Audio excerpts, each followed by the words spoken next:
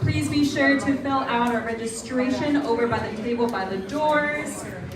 Hold on to your handouts that you are receiving, and if you can go ahead and grab some refreshments and make your way over to a seat, we are hoping to commence within the next 3 to 4 minutes. 3 or 4. I'm speaking today after Trey. Hey, we met. I came to your office yes, all optimistic about this. I came to your office in Lisa Camden's in Uptown. Yeah, I did, and yeah, I'm smarter now. I'm not saying you were right about everything, you know, but I know I've learned a lot. Yeah.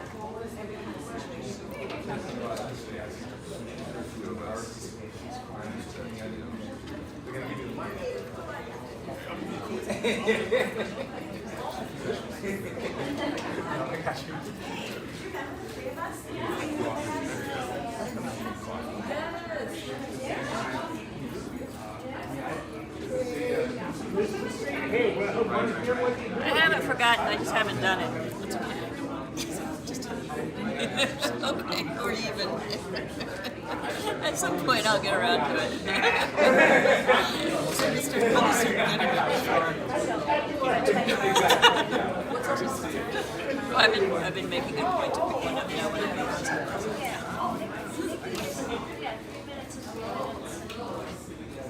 How are you doing, Anna? Pretty fine, and you?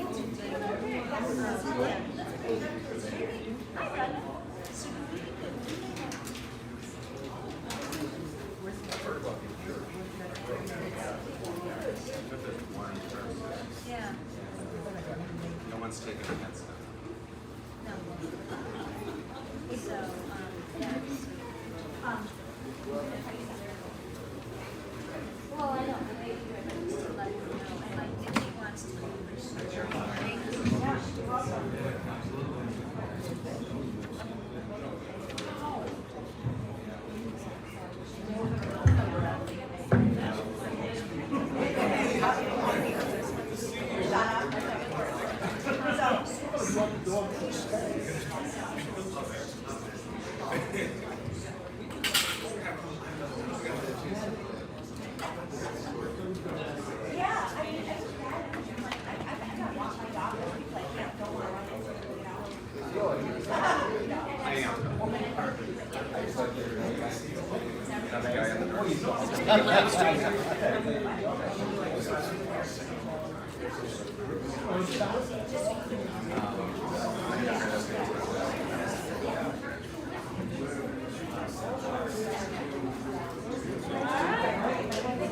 No, that's the postgraduate. I'm up on Rocky Mountain.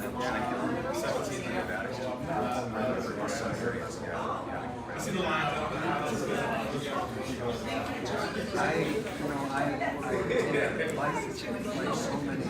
Did you get the scissors?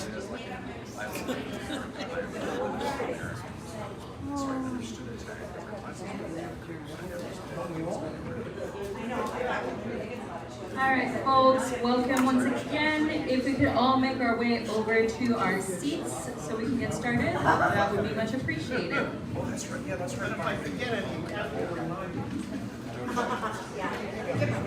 Yeah.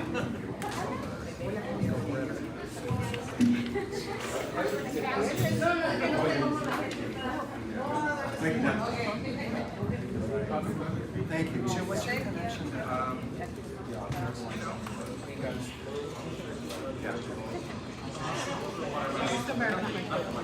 got your card? I have my card. Very good to see you here.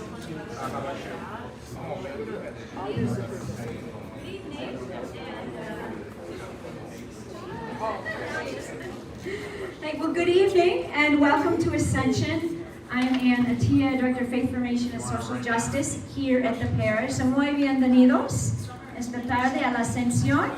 Soy Anita Atia y gerente de Catecismo y de Justicia Social en la Ascensión. And before we get underway tonight, just a few logistics. If you haven't been here before, the bathrooms are right there through this doorway here. So, and then just to your right, women's and men's. and help yourself to some refreshments. And yeah, we hope that you have a great evening. So finally, we'd like to thank you, Jeremiah and Phillip, for being with us here tonight. And we look forward to conversation and and hearing, just having conversation with one another. So thank you. And Father Dale, I'd like to invite you forward. Father Dale will start us off with a prayer.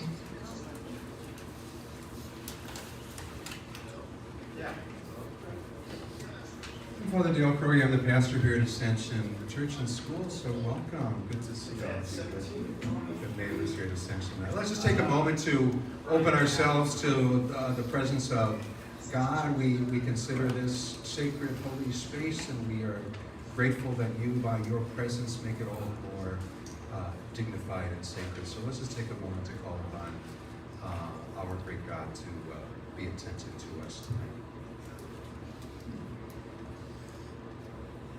Good and loving God, we thank you for the opportunity to once again be renewed in our commitment to service of our brothers and sisters in our Northside community. We thank you for these two gentlemen before us. We thank you for every person in this room who, in each in our own way, hopefully serves and loves and dedicates ourselves to more faithful service of this community. Inspire us to be good stewards of the place, the home you have given us. Help us especially to be attentive to those in our community who struggle, who suffer in any way, for those who are seeking homes, for those who are seeking employment, for those who are seeking peace, for those who are seeking safety, for all those who in any way need more than ever to know your presence at their side. Help us to be bearers of that presence, that life, that companionship to them. We ask you to be present in this room tonight, to be attentive to our conversation, that it might always be focused not on ourselves, of course, but on the good, the common good, the good of this community, and the good of the people that we know and love. As always, we pray in your great name. Thank you once again, folks, for being with us tonight. It's a pleasure to welcome you. So Joe is. All right, folks, welcome. For those of you that are coming in, please feel free to grab some refreshments. Make sure you got handouts from the table. And yes, my name is Fernanda Costa. I am an organizer with Unidos Minnesota. My pronouns are she and or they. And I'm going to be the moderator for today. So just a couple housekeeping things. We are going to be going into this little political educational piece and then going over how the evening is going to unfold for today.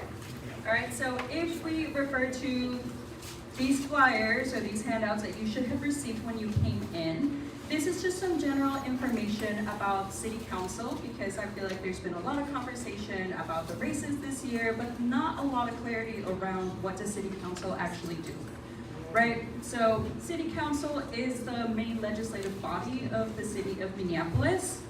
And they're dedicated primarily to writing laws and advocating for the constituents or the people that live in the ward, the district that they're representing, right?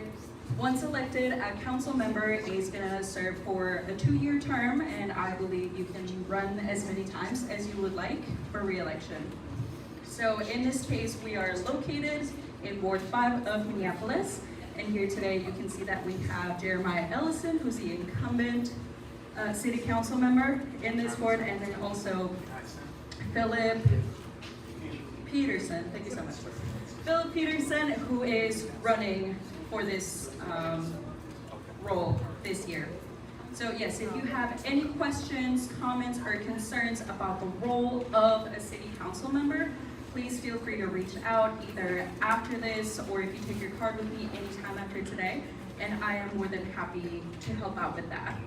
Then lastly, a reminder that this is a bilingual event, and we also have some folks who are watching through the live streams. So some housekeeping things to keep in mind for the sake of the interpreter and making sure that everything is done as accurately as possible. A couple of pointers, tips for an event like this is to 1, speak more slowly than you normally would, and 2, to make sure that you're using short sentences and you are making pauses periodically just to let the interpreter catch up. Any questions, comments, or concerns about that? Okay, excellent. So, moving on, the evening today is going to look like this. I'm going to go ahead and invite our guests to come forward. And after they have posed their question, the candidates will each receive 2 minutes to respond to that question. Sound good? Melky over here is going to be our timekeeper. And then you also should have received a card when you came in, a blank card. These are for you in case you would like to pose specific questions. And once you are ready, James over here in the blue dress shirt is going to be able to pick those up. Now keep in mind, if you have a question that is directed specifically to a candidate, please make sure you write that candidate's name in your card. Otherwise, there will be an assumption that it is a general question that either of the candidates can respond to. Does that sound good? All right, excellent. Finally, this forum is not a debate for the candidates, so please make sure that we are focused on the questions with your individual response and respect the time allotted. Any other questions? Okay, excellent. It sounds like Victor, the third candidate, is on his way, so we will go ahead and incorporate him when he gets here. Excellent. So, I would like to invite our first speaker for tonight, who's going to be Trey from We Push for Peace. He is a founder / CEO, and we are very, very excited for him to share more about public safety and community safety.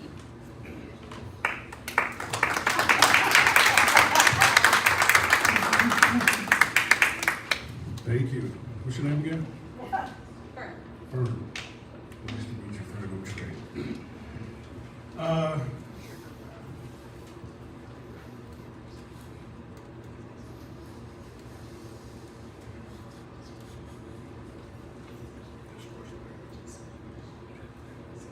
I ain't come here to work, James. I just came to speak for a minute.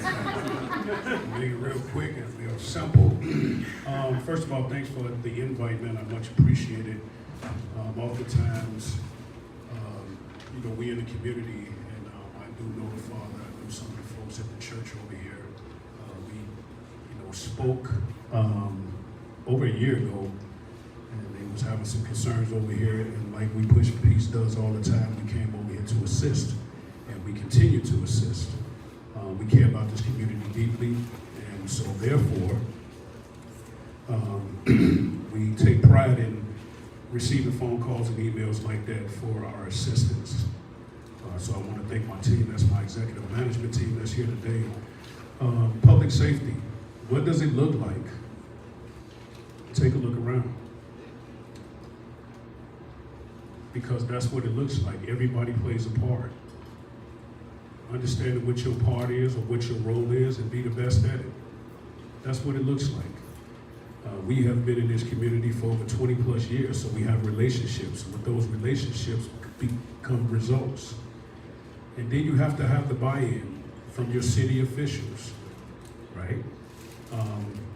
We have been contracted with the city for over 3 years. We was the first team that contracted as it pertains to community safety.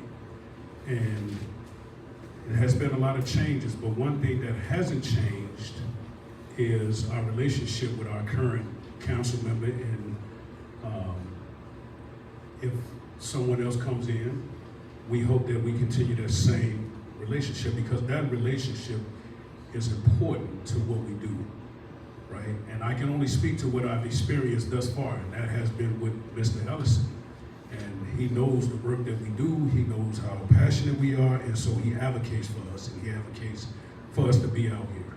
So, sometimes challenging, sometimes tiring, sometimes mentally and emotionally draining, but nevertheless, the Lord blesses us all every day to get up, to have that same passion to do the work that we do. And that's what we do. We not only do intervention in the Fifth Ward, but we also provide jobs, we also provide mental health services, housing resources. So the partnerships that we have allows us to continue to expand what we push for peace with us, right?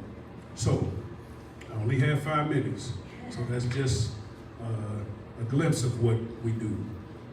But rest assured you, we're not able to do any of these things without relationships, right? You can't have relationships sitting at home, right? A lot of times people talk about what they think, but when it comes time to stand on that front line to get results, the same people, you don't see them, right? You don't see them. So my encouragement is you see us out here Tuesday through Saturday from 4 p.m. to 10 p.m. and sometimes to 1 or 2 on the weekend. So we out here because we care. So you guys can feel free to join us anytime you want. And if you don't want to join us, pray for us. How about that? That's how you do that. So I am supposed to read this question. I'll send you the invoice, James, after this evening.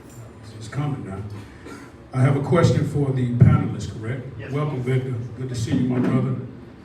Yeah, I like the tie. Yeah, there it is. So we've started, we push for peace to respond to community safety and want to know how you will collaborate with us. What is your personal commitment to this issue, and what might be some resources that are available through the city council? I'm supposed to answer that or them? Oh, I got an answer for you now. So if you need me to repeat any portion of the question, I can. I will start with Victor. You just got here. I'll give you a second. No, answer right now. So you want to start, my friend? Oh, well, yeah.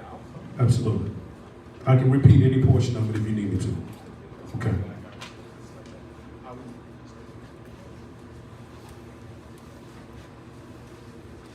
How are we doing this evening? My name is Phillip Peterson. Again, for the people that didn't. Oh, my name is Phillip Peterson. How are we doing this evening? For anyone that didn't get a chance to meet or who haven't seen the flyers of mine, I don't have a lot of stuff out there, unfortunately. But how would I handle this? I would definitely want to maintain all of these relationships. But these relationships are important and paramount, especially in a place where we're lacking in an active police force, being down so many numbers. So I would want to sit down with, if elected, I definitely am going to sit down with all of the leaders from all of them, maybe just have a great big brunch, and then sit down and talk about like real effective ways to maximize everyone's influence, because it's you guys, and I think it's the Men in Black, or the MIB. I see these guys at some gas stations, just a couple of groups. But the thing is, to kind of get you guys out of harm's way, I also want to look into maybe even recruiting for police from within you guys, because there's a strong sense of justice, and maybe there's some hurdles that can maybe be eliminated, because we need to scrutinize not only the people that come in to protect us, but we need to make sure that they're not only that they're willing, but they're capable. And anybody that will go outside without a bulletproof vest, without a gun, without any type of protection other than being a concerned citizen and wanting to do right, is going to be in my book, because I'm kind of known as a sword guy, so I did that stuff already. It's not trying to be funny with that, but like I'm not afraid to, and I would be more than willing to put myself on line, go on patrols, and but like to increase and to enhance these type of these relationships. Thank you, Victor. I'm gonna read the question for you again. We pushed a piece to respond to community safety and want to know how you will collaborate with us. What is your personal commitment to this issue, and what might be resources that you are available through City Council? Yeah, thank you for the question. During the rioting in the communities here we had a couple years ago, I was out there. You know, I have a license to carry because I was worried for my community. A lot of our businesses were burning down and things like that, and I saw the trauma our business owners took. So I definitely understand that there needs to be organization and communication. So what I would do is, the folks that do the work like you do, I would make a table and have a quarterly meeting with all you together. Because one of the issues we've been having in our community is that it feels like it's dividing those boots on the ground or the people at the front line. And I come from a sales background, you know, and telemarketing, management, all that. And so the people that really matter the most are those that are in the front line. Because that's the reputation of our city, that's the reputation of whoever, you know, who they're representing. And if we don't have a leader that says, let's come together and do this together.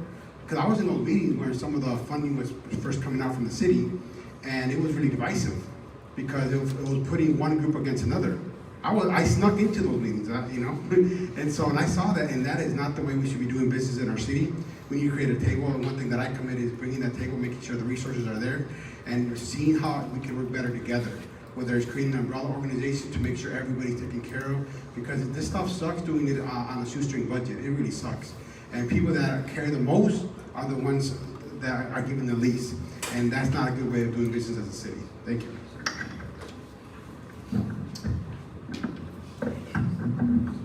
Jeremiah? Thank you for the question. My name is Jeremiah Ellison. I'm current Ward 5 City Council member. You guys can hear me okay? Oh yeah.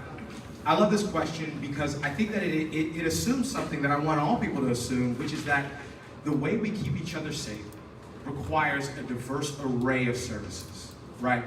Obviously, police are going to be included in that, right? But we also know that violence prevention is critically important to that ecosystem of safety, that, you know, I'll call it an ecosystem. We know that mental health response is a part of that ecosystem of safety. And these are things that did not exist within the city just, 5 years ago? And so when you look at how the Office of Violence Prevention came to be, I know it has a new acronym, I'm still getting used to that.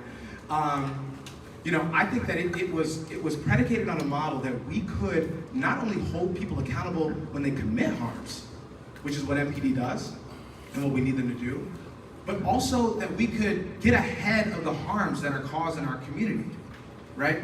Now, groups like We Push for Peace, and not only We Push for Peace, there's a lot of groups in the cohort, but groups like We Push for Peace, they have the relationships on the ground to head off potentially violent situations before they erupt. Now, don't we all want to live in a world where we aren't responding to violence, but instead we have people who can help us mitigate it on the front end? I think the thing that we need to do better when it comes to supporting violence prevention is, quite frankly, it is hard to do this work part-time. It is hard to do this work with no benefits. And I think that the city needs to be invested in this work long-term. It means that we need to make sure that you guys have a livable wage and that you guys have enough to offer benefits to the people doing this really important, critical, and sometimes dangerous work. Great answers from potential candidates and our current presiding council member, Mr. Ellison. Again, I thank you guys for the time that you allowed me to come speak to you guys briefly as it pertains to public safety. Like I stated before, you want to know the true definition of public safety, just look around, because everybody plays a part. Everybody. Again, thank you guys for your time today. James, talk soon, my friend. All right, Treasurer. Thank you so much, Chair, for coming in and speaking about this key issue in the community. The next issue that we will be talking about is going to be housing.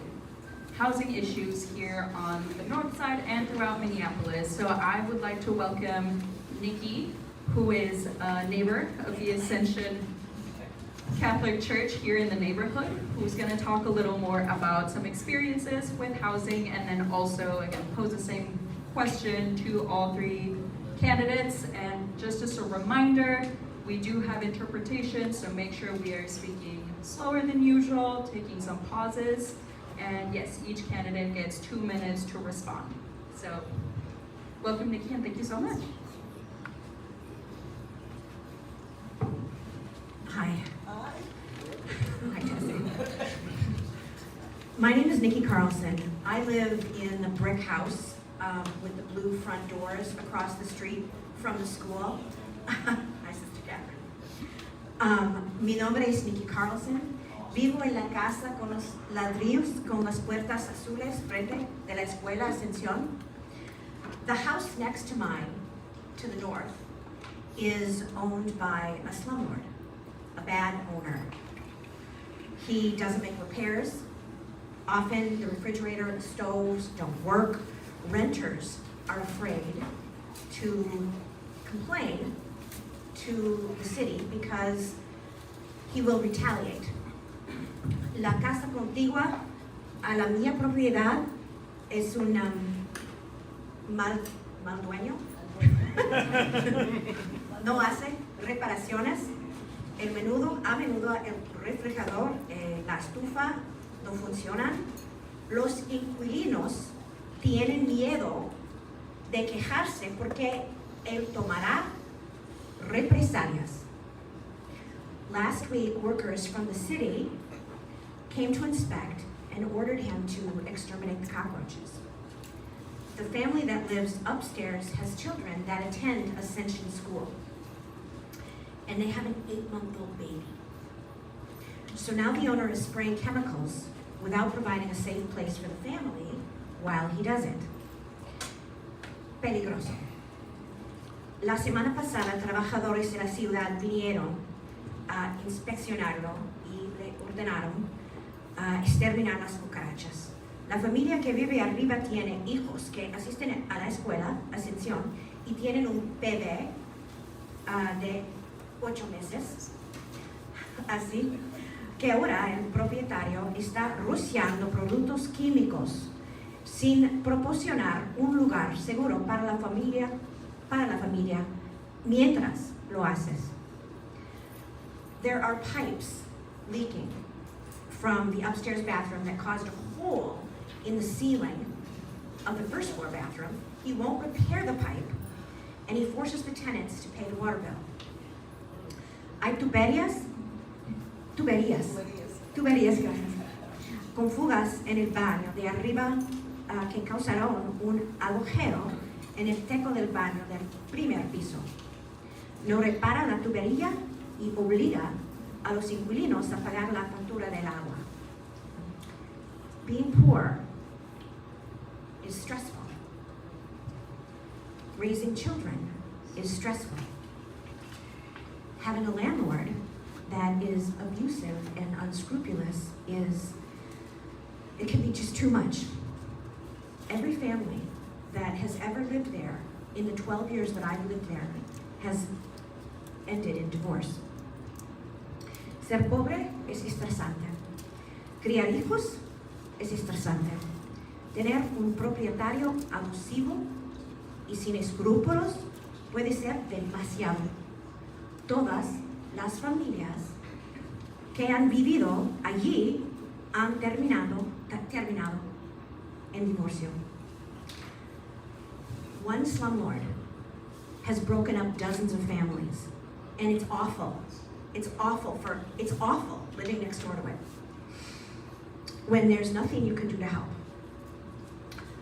Un mal dueño ha desintegrado a decenas de familias. Es horrible cuando no hay nada que puedes hacer para ayudar.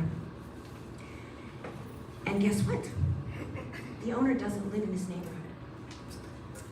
Y adivina qué, el dueño no vive en este barrio. Last month, there were 700 evictions in Hennepin County. I read it in the newspaper the day before yesterday. And almost all were because people couldn't afford to pay the rent. El mes pasado hubo 700 desalojos en el condado or county of Hennepin. La mayoría se debió a que la gente no podía pagar el alquiler. Okay, so I have 3 questions. Number 1, what should the City Council do to keep housing affordable? Make more affordable housing. And 3, hold landlords accountable. Las 3 preguntas. ¿Qué debería hacer el ayuntamiento para mantener la vivienda asequible? Crear viviendas más asequibles y responsabilizar a los propietarios. Okay. Very good. And the order for this round of answers is going to be Jeremiah, Philip, and Victor. Yes, so restating the question, what is your vision for creating access to affordable housing, expand access to affordable housing, and how can we hold landlords accountable? I'm going to start with that last part, and oh man, my apologies to the interpreter because it's hard to talk slow in 2 minutes, but I'm going to do my best. So, I'm going to start with that last part, which is how we hold landlords accountable. This was a huge piece of my term so far. We have a department called Regulatory Services, and without getting too into the weeds on the technical stuff, because we waste too much time, Regulatory Services did not have the best tools to hold landlords accountable. So many of the tools that we did have also harmed tenants, left them homeless. When I got in office, I realized there was a tool at our disposal called a Tenant Remedies Action, right? A TRA, and we weren't using it, right? This is a way for the city to be able to hold landlords accountable without displacing the tenants. So I worked on something called the Renter First policy along with a few other colleagues, and we changed this paradigm. We changed the way that we do housing inspections. And what it did was it meant that we went from going and doing, I think, 2 TRAs in 5 years to doing upwards of 30 that next year, right? It's a deep problem, but it's not an unsolvable one. We've also partnered with the state for large landlords that the city doesn't have the resources to go after. We go after the folks who've got 50 units or less. We get the state involved for those big landlords, especially those corporate landlords that are owning upwards of 200 units, right? These are the kind of partnerships that we need. The problem is that deep, and we've gotten started on it. Second part of that question is how do we build more, and I can speak on that at length. The second part, how do we create more? We've poured tons of money, millions of dollars, around $30 to $40 million every year, which is about 4 times what the city used to spend to build more affordable housing. Now, what it's meant in the last handful of years is that we as a city are helping to keep the cost of rent stable for now. But before that, the cost was rising and rising and rising. We won't be able to produce at this level forever, but for now, we should keep producing at that level because it's helping us stabilize that. Now, what happens after this growth period ends? Money runs out, we gotta balance the budget, we hit another recession, who knows, right? I think that we need protections for renters, like rent stabilization. Every single rent stabilization policy in the country, there's no 2 that are alike. We need to make sure that any rent stabilization policy that we have doesn't slow down production. We need to make sure that it is specific to the dynamics, the market, and the dynamics here in the city of Minneapolis. And I think we can do that through a lot of research and a lot of diligent conversation, which we, quite frankly, we've started, but we haven't started in detail as a city in terms of policy. And so I've got 30 seconds left, and I could keep going at length on this, but I think I'm going to stay there for now. Hopefully we have more ability, or hopefully you guys have more questions about housing as we move forward in the forum. So thank you. Thank you, Jeremiah. Philip? Can you guys hear me okay? Okay. As a renter, and dealing with my landlord has been pretty good. Even after selling his house, I had to relocate to an apartment that he owns, but that is also up for sale. Slumlords are disgusting. So I want to say that them being able to purchase homes and rent them out with little renovation or any maintenance, that's a crime on itself. So what I would want to do is change any type of loopholes legislation that they're using. Like even in where I used to live, there's an issue with not so much there being slumlords, but drug treatment facilities using homes to house multiple, sometimes 10 to 15 people in the same home without supervision.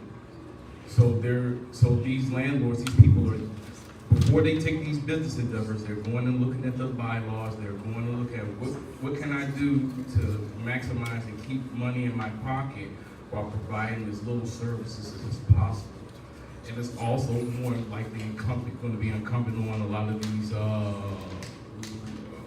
property management companies who say that they're there and aren't, and just owning a home, while it's not so much a privilege, when you rent, you have an obligation to the people that you're renting to. So you have an obligation to maintain the plumbing, the electricity, even if it's through making them the property manager or something, but you have an obligation to also do the landscape to the front of the house, because I think Ms. Nikki was telling me my old neighborhood, the landscaping out there is beautiful. But that's also because people care about their homes and people are really on taking care of things. So closing loopholes, holding owners accountable, and with rent stabilization, I would like to just see if rent has to go up, it needs to be based off of your income. It needs to be based off of a 2 to 3 year plan, because if it goes up annually by even 5%, 2%, if you're not making any more money and you are just a renter, you're not going to be able to cover your costs. You're going to either have to get a roommate or you're going to have to go somewhere where it's cheaper. And that's where, like, slumlords really like to keep it cheap so that they don't have to do anything and they want to play with, like,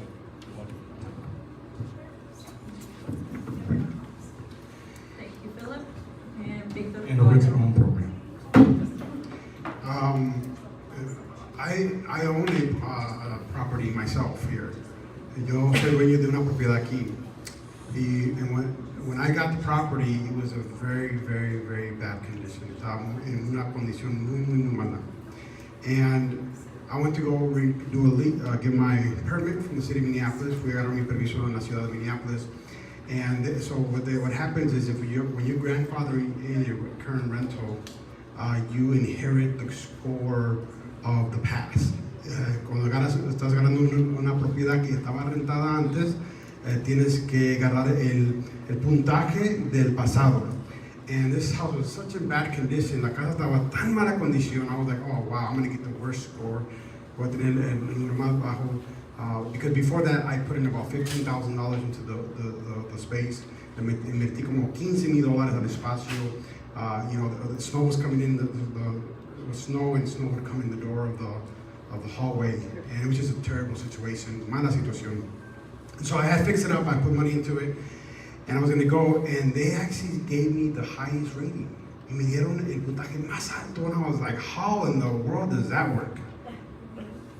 I mean, I would think, I'm like, wow, this place was terrible. And so there's a problem. Hay un problema. Pagué $500 por la licencia, paid $500, and they're supposed to inspect. They didn't get inspected. And a lot of these houses don't ever get inspected.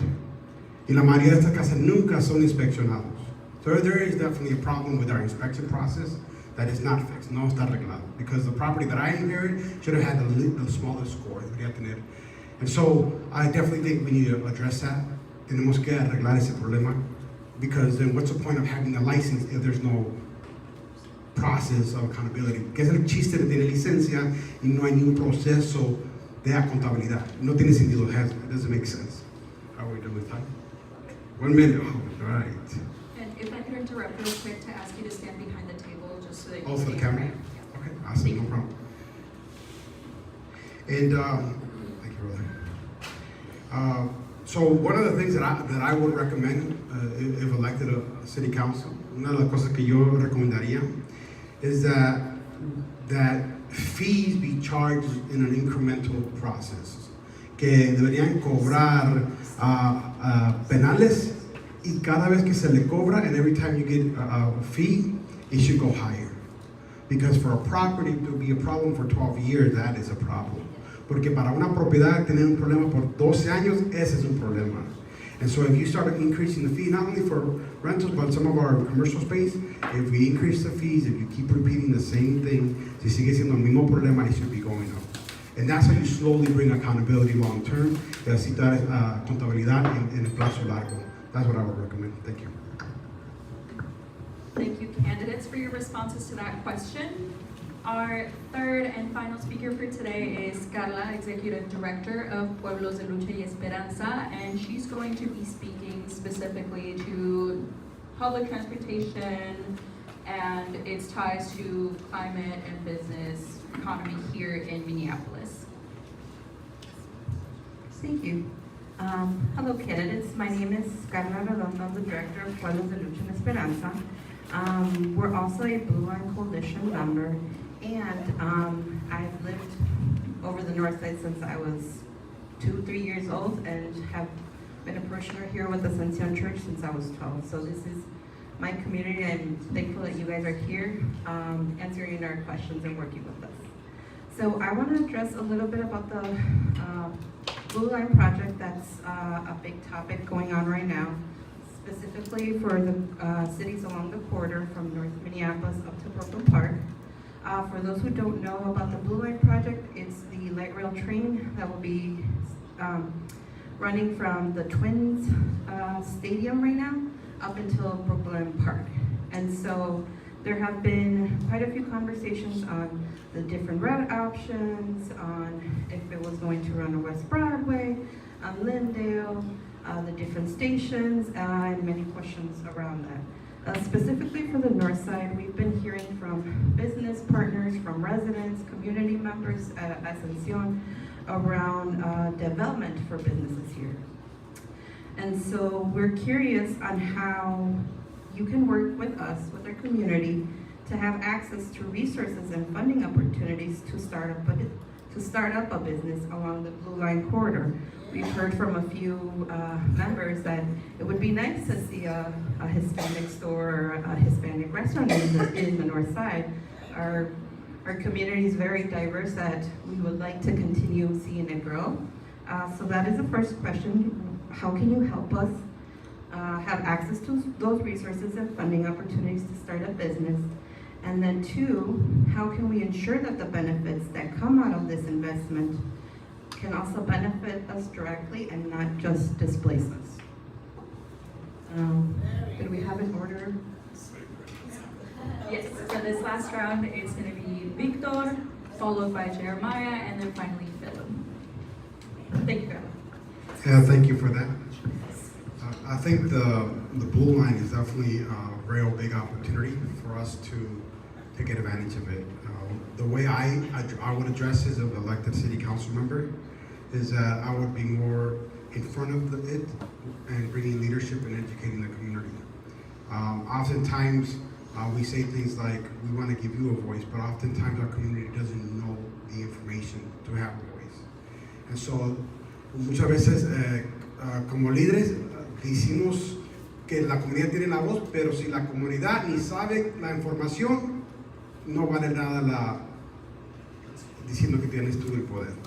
Y so, mi trabajo sería educar a la comunidad y aconsejar a la comunidad de cómo prepararse para lo que viene. So what I would do is educate and advise the community about how to take advantage of what's coming. And so that's the philosophy that I have. Esa es la filosofía que yo tiene, because one of the reasons our city is run by a lot of big pockets. Una de las razones que nuestra ciudad está manejado por gente con dinero is because they have relationship and they have information. Porque ellos tienen relaciones y información. And I know we push for peace knows those relationships and they take time to build. Eso toma tiempo para construir. That's an investment. Y le tenemos que educar a la comunidad de cómo ganar esas amistades, how to build those relationships. I have a friend of mine that owns a space right up on the northern east corner of the ward. Tengo un amigo que es dueño de una propiedad en la parte más norte a la derecha. Y él quería vender su propiedad, and he wanted to sell his property because it didn't make him money. He was struggling with it. Y yo le informé, and I told him about, hey, the Upper Harbor Terminal is coming, and that's going to help your property. Yo le dije, ya viene la construcción ahí grande que van a tener, y él ni sabía, he didn't even know. Y yo like, what's coming? ¿Qué viene? And he's like, oh, I'm going to hold on to my property now. Voy a quedar dueño de esta propiedad. Y so I think we need to educate and advise our community, educar y apoyar nuestra comunidad en esa. Thank you, Victor. Jeremiah, whenever you're ready. Real quick, repeat the question, just because there are multiple. Yes. I want to make sure I hit them all. Absolutely. How can you work with us to help our community have access to resources and funding opportunities to start a business along the Blue Line corridor? And how can we ensure that the benefits that come out of this investment from our tax dollars can also benefit us directly and not just displace us? Yeah, absolutely. Thank you for the question. I think the thing that's most important when it comes to large infrastructure projects, especially because they can feel so big and expensive, the thing that's really important to know is that your voice matters in the process. This thing isn't inevitable. Now, I support the Blue Line because I know that the North Side has the highest transit ridership of anywhere else in the state of Minnesota, right? We deserve state-of-the-art transit infrastructure. But at the same time, I do not want anybody in this room to think for a second that they don't have a say in exactly how this project's gonna go. A big part of how we make sure that we get what we need out of this project is to understand that there's no model to follow, right? Think about policies like anti-displacement. No previous light rail project has really committed and done as much research or put as much money behind anti-displacement as has been demanded for this project, right? And we're going to keep demanding it, right? I think it's also important to know and to be honest about how these big projects work. For example, I could sit here and tell you that I'm going to call the shots on the Blue Line, but the truth is that this is a county and Met Council-led project, right? So you got to know that. That doesn't mean I don't have a voice. That doesn't mean you don't have a voice. But I think it's important for us to know who has decision-making power so that we can understand when we're holding each other accountable and when we're working together to hold others accountable. A couple of months ago, it was announced that this line was going to go one way, right? It was going to come down Lindale, and your neighbors said, look, Lindale's not the right place for it to go. And so guess what? It's not going down Lindale. It might be inexpensive. It took a lot of work. It was the short version, right? And it takes a lot of money to make those changes, but we don't deserve the cheapest line. We deserve the best line for North Minneapolis.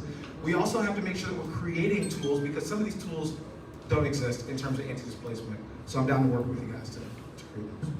Thank you, Jeremiah. And Philip, whenever you're ready, did you want me to repeat the question? Okay, excellent. Take it away. In introducing myself, I will say I'm not a Minnesota native. I've been here a little bit over a decade. I am from the East Coast. I used to ride the subway a lot.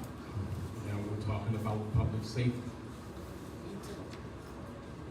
To bring business to an area through a project like this, we also have to want to address the issues that we currently have with the same system. I did not pay for the light rail for 2 years when I came to the state because I had no idea that I had to.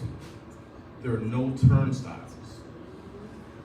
My roommate, when they moved here a couple of years ago, maybe like 6 years ago, is afraid to ride the light rail, or was afraid because of being constantly bombarded and harassed, and even buses, people getting free rides, causing issues.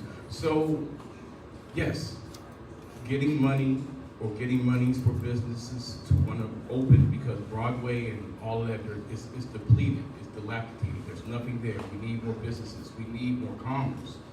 It needs to look nice. But this light rail and it is with the Met Board, and they got their funding. We do have a voice. We need to be voicing saying, hey, can it be raised? Can it be put underground? Are we going to get turnstiles to protect the investment that we're putting in? And is there going to be possibly a more dedicated police force for that? So I would like to address the issues we have with the current system before taking those issues and, we're going to, because it's only going to progress if we don't nip it in the bud. Excellent. Thank you so much to the candidates for asking these questions. It is about that time in the evening where we will start transitioning into the next section, which is going to be our Q&A, which is going to be led by James. However, before we move into that, I just want to reiterate that we are here today because the community at Ascension, the community of Pueblos, the community at Unidos is very clear on the fact that we exist in a city that is very diverse, where people have a lot of different experiences, where our families may come from very different backgrounds in terms of the type of wealth that we've had, our immigration status, and just educational opportunities, whether we were born and raised here or we came here from other places. And yes, just making sure that we're all very grounded in the fact that regardless of your background, and especially regardless of your immigration status or your age, if you live here, it means that you are a constituent and that you have a right to participate in these processes and to voice your needs and your opinions to our elected officials. So once again, giving a huge round of thanks and applause for everyone that showed up today, because this is you taking on that responsibility that we all collectively in making sure that we not only identify the needs that are in our community, but that we ourselves become the architects of what that change can look like. So with that being said, I'm gonna hand it over to James, who has been collecting questions throughout this entire time and will be leading us in the question and answer portion for today. So same deal as before, candidates will have they're gonna have 3 minutes to answer these questions. And if we have a question that's specifically for one candidate, then that will be named ahead of time. Any questions, comments, concerns about this before we go into it?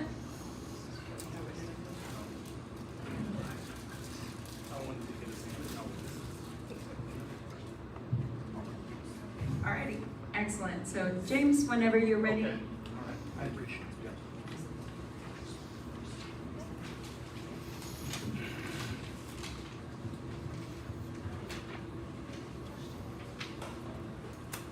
Good evening, everyone. Thank you so much for coming, and I appreciate it. We've got questions here. Excuse me. We'll take the last one first. Unions are so important in protecting workers. What unions have endorsed you and your campaign? Is this, that's to everyone. So Jeremiah, would you like to field that first? Oh man, put me on the spot. A lot of unions have endorsed me. I was gonna just check real quick to see if I can get the full, pull up the full list quickly, but I cannot. I know that MLRF, which is the Minnesota Regional Labor Federation, has endorsed me. That includes the trades, that includes a lot of municipal workers, it includes just people who do the everyday work that sort of makes life a little bit easier for you. These folks have endorsed me. I've had folks from Unite Here, which is another which is another union, hotel workers and other folks like that. A lot of working class folks. I've gotten the Teachers Federation has endorsed me, and so you know, they went through a strike a little while ago. Teachers have been sort of fighting hard to make sure that they have equal pay, good rights, those kinds of things. And also janitorial workers and security guards represented by SEIU. These are some of the unions that have endorsed me. And so I got a lot of labor support this year, and I haven't always gotten the most labor support. I think that the teachers have always endorsed me, the nurses have always endorsed me, and SEIU have, but this year we really expanded that. I think a big part of that has to do with the work that we've been leading on, that I've been a part of and advocating for in terms of making sure that we have what's called co-enforcement at the city. This is when you have folks who do construction work who are being exploited for their labor, in some cases labor trafficked, right? The unions, along with SEITUL is not exactly a union, they're a workers' rights organization, so they don't endorse. But SEITUL, along with a lot of these unions, have been going into buildings, and I was able to tour a non-union construction site and a union construction site, and in terms of safety, productivity, professionalism, the difference is night and day. But the skill level is not night and day. The people who are in the buildings that are poorly done, it's really the management, it's really the underpay, it's really the exploitation that's creating the conditions in that building, not the workers who are being exploited, in some cases picked up in another state and driven here in order to do their work. And so I would say that I'm proudly labor endorsed, not having a list and it being kind of long. Already, I want to preemptively apologize to any of the unions that I did not name, but I'm really proud to have every single one of them. So, thank you. I am not endorsed by any union. I'm a part of the union 633 with USF grocery workers, but that could change. And even if it doesn't, that's not the worst thing. I would want to help enhance the unions. I would want to help make new unions, because while there are unions for grocery workers, there are unions for police officers, there are unions for teachers and nurses. There isn't a union for like the regular 9-to-5 person. So I would want to at least try to help anybody make a union that was for retail union, because those are also essential workers. So they would need one. Everyone else has a union. Why not get other people on that? But no, I'm not endorsed by anybody that I know. But it's not a bad thing.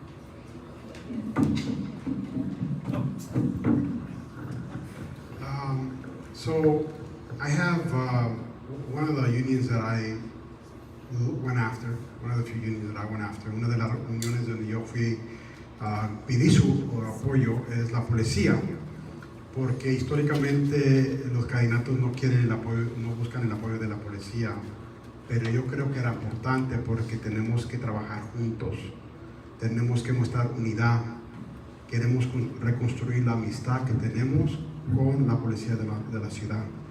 Hay otros que quieren luchar y dividir la comunidad contra la policía, pero creo que tenemos que trabajar con ella. And so, for my English folks, I said, one of the first unions that I went after was the Federation, Police Federation, because I think that the conversation in our city has to change from there are our enemies to let's work together. I've also had the support of the firefighters financially. But the things that I'm most proud of, pero las cosas, también me apoyaron los bomberos con las finanzas, pero una de las apoyo de que más estoy orgulloso es de la comunidad.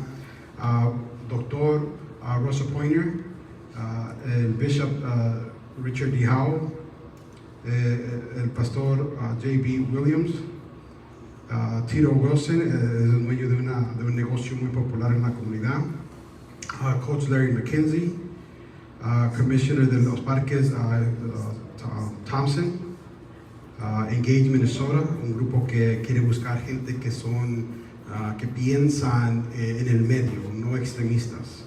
También tengo un grupo que se llama Minneapolis Forward, que también quiere apoyar candidatos que piensan en el medio y no son extremistas. And so I was just naming off a lot of our community leaders, and I just recently got KG Wilson. Many of you know KG Wilson is a peace activist. His daughter was shot and killed, her granddaughter was shot and killed in North Minneapolis. Su hija fue matada aquí, su nieta fue matada aquí por un balazo. I have Bishop Howell, Dr. Pointer, other pastors, Pastor Williams, Tito Wilson. He owns a very popular barbershop here in the community. And Larry McKenzie is one of the most winningest coaches in the city, in the state of Minnesota. He coached Patrick Henry in North High. The Commissioner Thompson, Park Commissioner. And those are the ones that I'm most proud of. We also have Engagement Minneapolis Forward, which are organizations that support candidates that are more moderate, more in the middle, common sense folks. And so I'm proud of those endorsements, but the ones I'm most proud of are the people in this community that have invested decades of their life to the Northsiders. So ese es el grupo que estoy más orgulloso, son los líderes de la comunidad que han invertido muchos años de su tiempo en la comunidad. Gracias.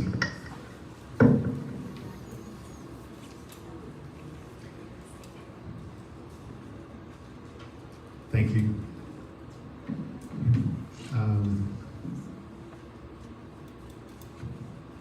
Got a question.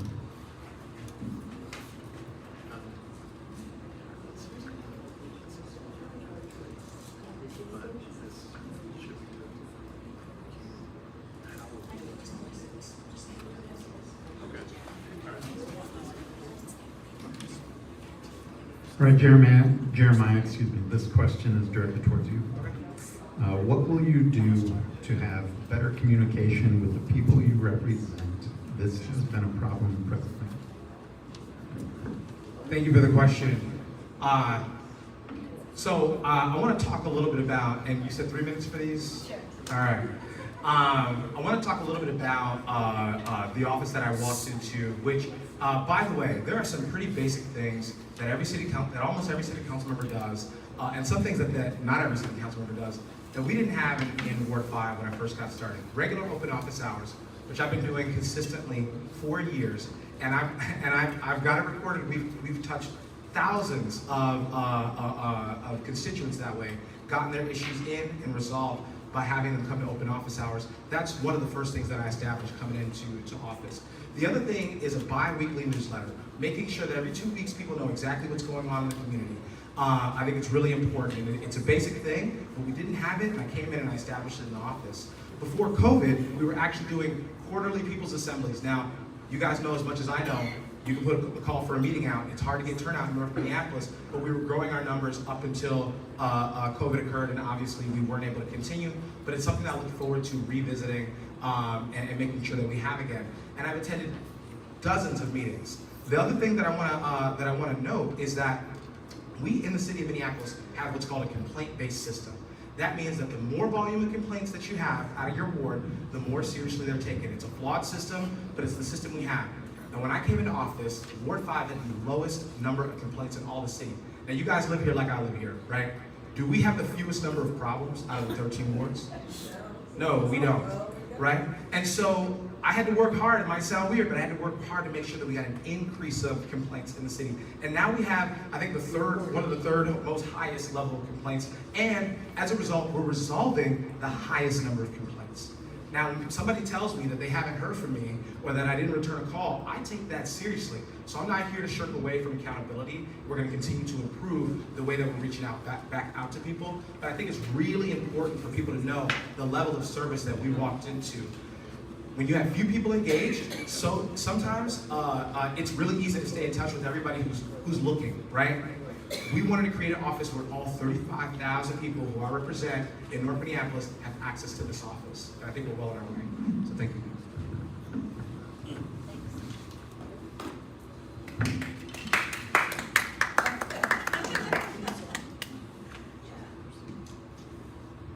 The next question is going to be for everyone to respond to. How can City Council, and this is for each of you to address, if you were the City Councilor, how can City Council expand access to home ownership for mixed status families? And I would like to start with Philip, please. Mixed status? With mixed immigration status? What is mixed immigration status? Yes. Mixed immigration status. So is there a definition? That's it, just mixed immigration status, just want to make sure. Gotcha. So mixed status means mixed immigration status. So I gather that that means some people are. Usually parents are. Yeah, so if we can take a minute for like different immigration statuses, there's some folks in the city who are citizens and they have access to, you know, social security numbers, they can access mortgages, just have a credit history, that kind of thing. There's some people who are residents who may qualify for some of that stuff, but not all of it. There's some people who are here with just a work permit, or maybe they're on deferred action, which means that they have, like, the US knows that they're here, but they don't necessarily have access to a lot of benefits or processes, including home ownership. And then there's also some people who don't have a status at all. So in this case, mixed status families can be just families that are formed by any combination of the above mentioned. Is that helpful? Yes. Okay, sweet.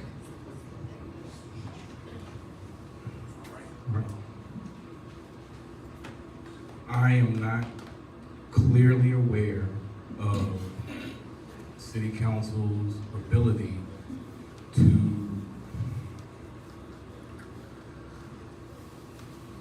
affect anything that could be, I guess, immigration is, it's state, but it's also federal. It's highly federal. But if there are already services that want to help, that do help, that have the qualifications to help, I would want to look to expand that, because equity or home ownership is very important. And I want to own a home. I don't want to rent for the rest of my life. If I have the ability as the council member or the councilman, or through legislation or working with the mayor, I would like to see a city-style rent-to-own program, especially because when we look at over north, there are a lot of just burnt out, dilapidated, or just homes that aren't doing, like, we've all been seeing construction in small places, but then that's funding for whoever owns that, more than likely. I don't know the in and outs of that, but I would want to look into making affordable homes here, demolishing those if they can't be repaired or refurbished, and then if it could be even done with the city. I mean, a lot of things were roadblocked through, I want to say, bidding wars with contractors, like, I want more money for this, I want more money for that. I'm not understanding why the city doesn't have a program themselves where we have contractors, where we have laborers who do the work. So, I mean, we already have city works, and if it's within my power, or within the power of the constituency, to be asking for this, especially, we need to do something like that. On my website, I don't have any of my materials here, and I will get some more. I've been doing this out of my own pocket. I would like to look into affordable home things like a container home program. Containers are an inexpensive prefab, and they can be modified and altered for a minimum. Now, I'm not going to say low. It's several thousands of dollars, but like if elected, and I could do this program, or this program comes to fruition, a $1,200 rent for $78,000 or $80,000 rental container home, in 3 years that would be yours. Subsequent to the land and stuff like that, but I don't have enough time to get into all of that. Yeah. Jeremiah. Thank you for the question. And so I'm gonna address the housing portion real quick, but there's another portion of this question I think is really significant. One is that in the last 2 years, I worked on a policy called a preference policy. This is one anti-displacement policy to help promote homeownership in North Minneapolis. And since we've passed that preference policy, we've seen the vast majority, I think upwards of 80% of the home dollars coming to North Minneapolis between wards 4 and 5. And that's really intentional, because this is where homeownership isn't happening. This is where displacement is happening. And so to have a program that can really secure, and we're talking, roughly, I think $8 million just this past cycle, right, this past year. It's a lot of money to go towards this. It's not enough, but it's really an accelerator in being able to establish home ownership here on the north side. I think the other thing is that's really important is that the city can play a critical role in how we facilitate our programs, and another big piece of what we do at the city is our advocacy at the state legislature, right? So right now, for example, there is a bill being proposed to open up access so that folks who are mixed status families can have access to MinCare, Minnesota Care, right? So if we can ask the state to say, hey, you know, we're opening up access for folks to have health care, we also need to make sure that as the city gets state money, and we, you know, federal block grant dollars are a whole other discussion.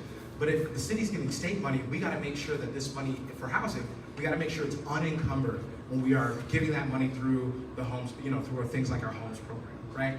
Now, I think potentially one of the big barriers is federal dollars, because I'm not familiar with every restriction of the federal dollars, and we do sort of mix city, state, and federal dollars with some of these subsidies.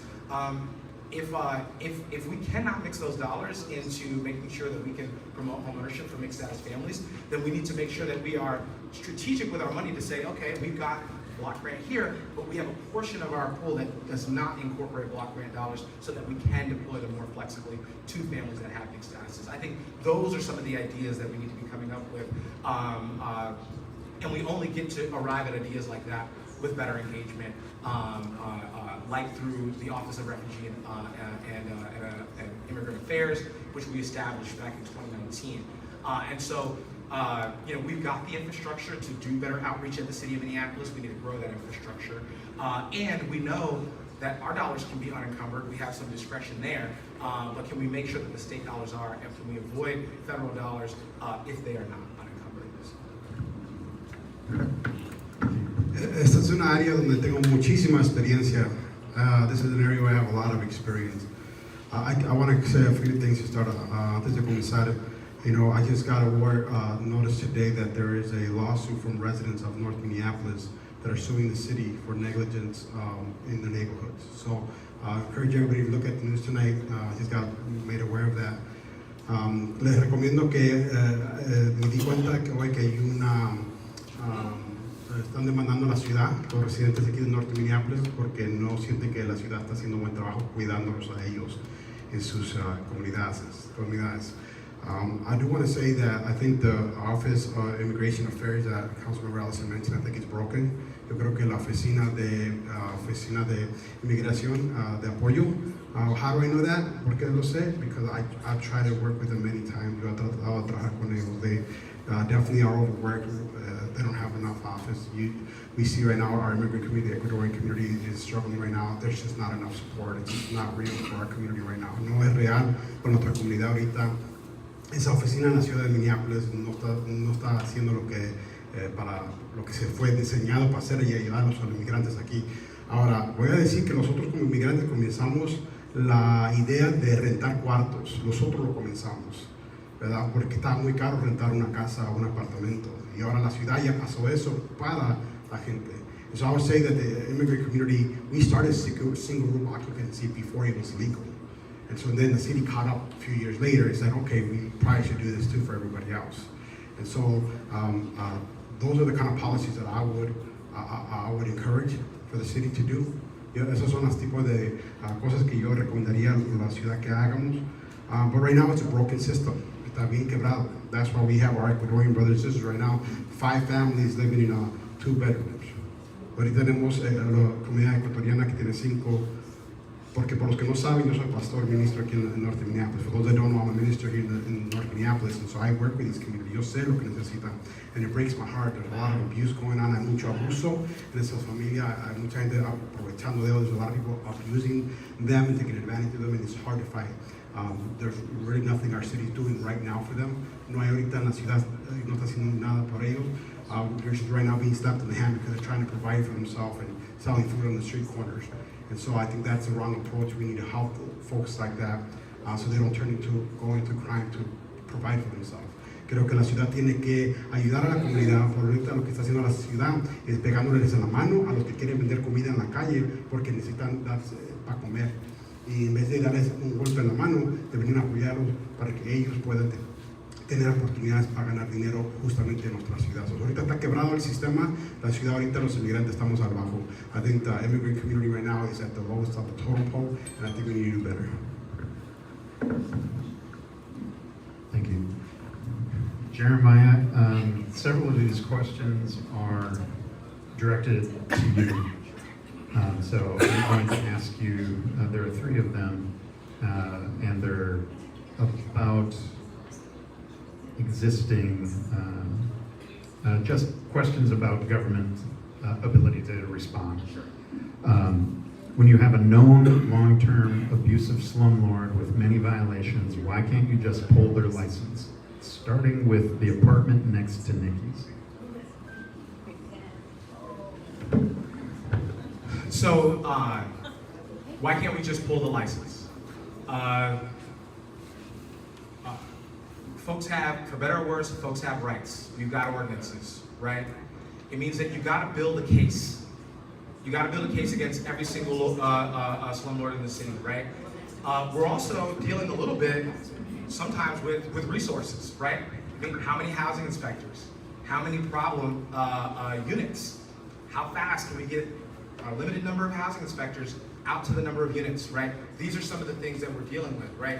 So, we can't just pull a license because we have to build a case. Now, when we do build a case, and by the way, just issuing fines and fines and fines and fines, that's what we used to do as our housing stock deteriorated and as we didn't address issues for tenants, right? So now doing TRAs that I mentioned earlier, tenant remedies actions, even when we're up against a resource issue and we don't have the legal power or enough staff to handle it, we hand those things off to the state and the state starts building their case, right? And so for every couple of hundred units we're taking on, they're taking on a couple of hundred units. And it maximizes capacity, right? Because my job is to maximize capacity because we've got decades worth of deteriorated housing and slumlords that, you know, that I'm looking to address within the 6 years that I've been there. And we've gotten, and in the events where we have gotten slumlords in a TRA, one of two things happens, right? Either they raise their standard, and by the way, you know, I can't care about what's in somebody's heart, whether they're a good person or not. I can't even judge that, right? But I can judge whether they're providing a quality and dignified standard of living, right? And so maybe when they weren't being held accountable, they were a bad actor. Now they're being held accountable, they're doing a lot better. Some of them, they sell their properties to those better landlords. And in some cases to their tenants, which was the case with Mahmoud Khan. He sold a number of his units to his tenants. And the city put money down on that too to help to support them. These are folks who historically were considered they were unhousable, right? Much less being able to own. And they banded together and they got it together. I think one of the things that we need to do to get ahead of the issue is a couple of years ago, myself and Councilmember Camp Gordon, who's no longer on the council, started what's called the Housing Policy Advisory Committee. And I think our intention was for the committee to not only offer us support in housing policy, but also to beef up our ability to enforce bad landlords, the same way we do with construction properties, the same way we do co-enforcement for labor, right? And so I think that is a strategy that we need to double that down on. We need to have a task force. We need to have a community org that knows how to identify tenants and help them band together. Because that's the thing that I've talked around, I haven't quite said. Every single tenant that's dealing with a slumlord is dealing with that slumlord alone. But there's hundreds of them, sometimes hundreds of them under one person. Now, we talked a lot about who's bad, but we've got a lot of quality landlords as well. And when we push bad actors out, we actually make we make rents more affordable, and we make the lives of landlords who are providing a dignified product, dignified and affordable housing, we make their lives a lot easier as well. So, how long do you think it takes to build a case? To build a case, it really does. It depends on a couple of things. One is it depends on how savvy a landlord's lawyers are, right? And it depends on how many units, right? Because you can have 200 units like in the case with Pretium or Front Yard Residential or whatever name, whatever shell company they're going under these days, they've got hundreds and hundreds of units, right? And they change their name often. They change their LLC often, but it's just all the same stuff, right? And sometimes we can only link them with one signee on a document hidden somewhere, right? And so when it's a landlord that has a couple dozen, right away, right? We got a month to build the case and we can do it. When it's a landlord that has hundreds and hundreds of properties, a lot of wealth and tricky legal advice, sometimes we got to kick that up to the state. The state can take up to 6 months to a year to build a case, but the state's going to do way more damage to that landlord than the city could ever do. Okay, thank you. There's one more. Jim, right here. Any chance we could chime in on that question at all? Sure. All right. Sure, okay. All right. So it takes way too long to build a case. Tarda mucho tiempo. And this is what I do in my blog. Esto es lo que yo hago. I'm about to say it right now. 1 month. Yes, thank you. Lo que yo voy a decir es esto. When I'm a block captain on my block. Yo soy capitán en mi cuadra. And the way we addressed it is, number one, we reach out to the owner of the property. Hablamos con el dueño. You always start nice. You always want to play nice with these owners, okay? Siempre quieres comenzar bien because it does affect the people that live there. Porque sí, siempre quieres comenzar bien suave porque le afecta a la gente que vive ahí. And so what we do is this. As a block leader, on the block, a lot of people don't want to be seen in the front of the situation. Mucha gente en la comunidad no quiere verse enfrente. So I speak on their behalf and I go to the landlord. And I try to start with a small process as, hey, can we work on this? Can you talk to this? Or can you do this? Hablamos que puede hacer esto. And then if it doesn't get corrected or fixed, then we start saying, hey, get a little more aggressive with our language, right? And then we started involving the city. Comenzamos a involucrar la ciudad. But all the landlords on my block, todos los que eran dueños en mi cuadra, we used to have like 4 problem houses and slumlords that were just not doing a very good job. And so every single house, it took me a couple of years, but as a block leader, every single our house on our block, we pressured the homeowner, presionamos al dueño de la casa, and it got bought by a family. The house was bought by a family. So when a person has an issue on their block, when una persona tiene un problema en su cuadra, I ask the person, how fast do you want this to be resolved? ¿Qué rápido lo quieres arreglar? Because those that are more affluent in our community, los que saben más en nuestra comunidad, and I know I have a friend that's up in the Victory neighborhood, la área de Victory is this is what they did, okay? They tried to reach out to the homeowner, hablaron con el dueño de la propiedad, and he was unresponsive, no le importaba, he didn't care. And so what they did is that they sent a letter to the employer of the person that owned that property. Ellos mandaron una letra al dueño allá saying that your employee is causing this in our community, que tu trabajador está causando esto en la comunidad. And within 3 months, that house was sold to our family. En 2 meses esa casa fue vendida a una familia. So we got to be creative. That's the thing that I've done, I've seen, and I've done it on my block now, I do for the Ward 5 if elected. Gracias.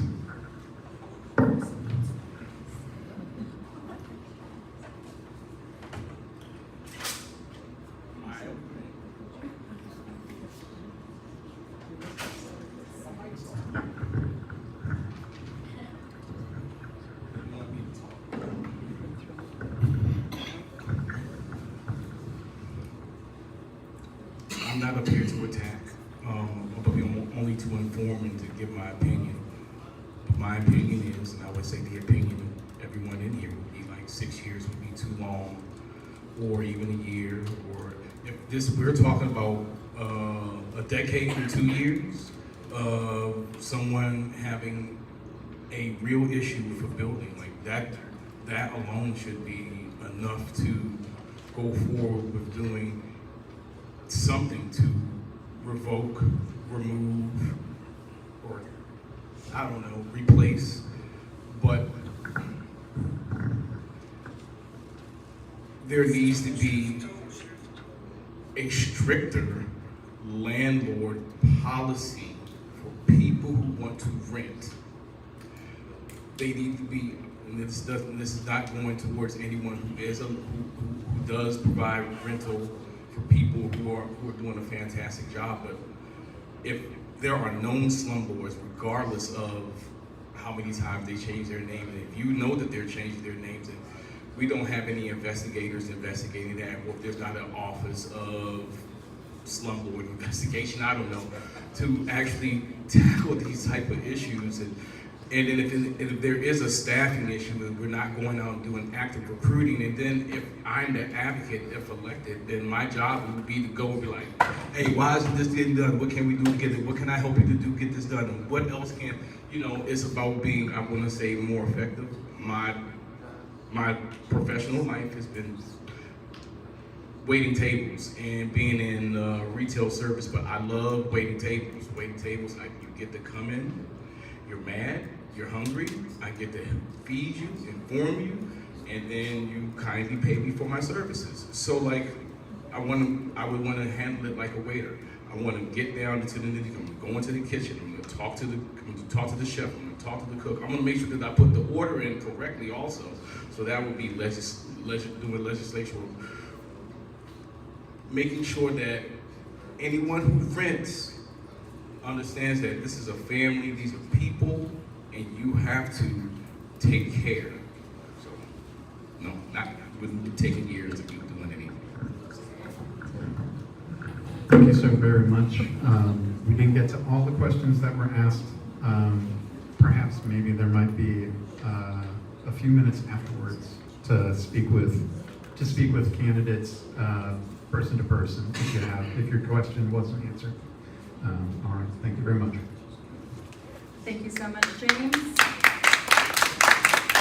And thank you once again to everyone for coming. Again, I know that it can be intimidating sometimes to fully participate in these kind of processes, but it is a right and a privilege that we have, so I'm very glad to see everyone that's, again, taking ownership today.